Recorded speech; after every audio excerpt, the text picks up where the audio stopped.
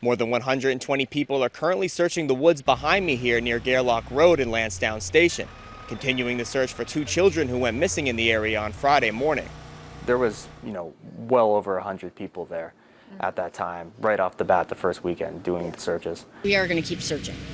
That's our job right now, and no one's stopping. We have lots of officers here on the scene that are parents themselves, and we can certainly feel for this family, and our priority is to bring these kids home safe. The thing that strikes you most about Lansdowne Station and kind of that part of Nova Scotia when you go there are 2 things. One, it's very dense woods, very dense, thick woods. It's very remote. 2, there's no cell signal. So communications in the traditional sense are limited. You have to find alternatives. We knew a presser was coming up, and that morning driving down, I thought it's one of 2 things. They found something, which will be a huge deal, or they're calling off the search. As of today, May 7th, the active search efforts to locate Lily and Jack will be scaled back. We asked the question, what are the chances that these kids are alive? And Staff Sergeant Robert McCammon kind of gave us the first inkling that this isn't going to end how we want it to.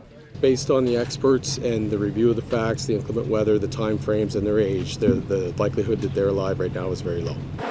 It's rare, I think, to see a parent go through losing their children, and when it happens, a lot of the time they're in shock, and Daniel was no different than that. I was the head of the helicopters and head of the drones and stuff like that, screaming as loud as I can, and just until my throat hurt, running through water that was up to my waist.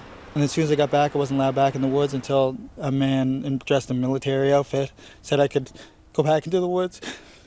I felt like it was important to ask Mr. Martel if he had anything to do with the disappearance of Lily and Jack. I asked it outright. I 100% did not, and I will hold that till my last day on this planet.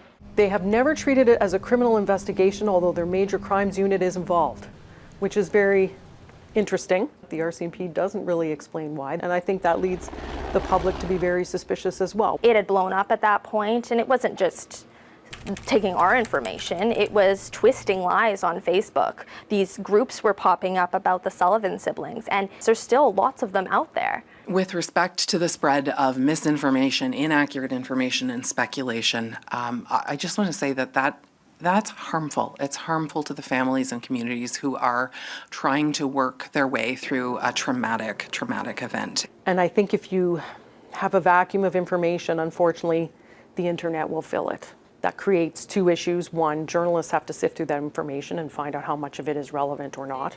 And so do investigators, who are obviously looking for legitimate tips and information.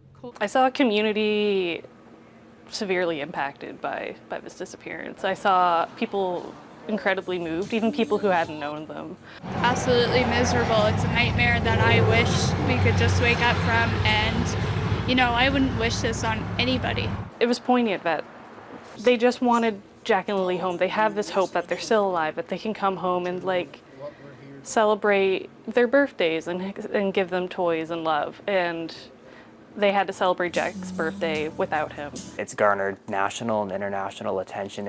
I never expected, in my wildest dreams, the first day going out there to cover this search for just 2 missing children to see how it have grown into what it is now. I think I'm left with the same questions as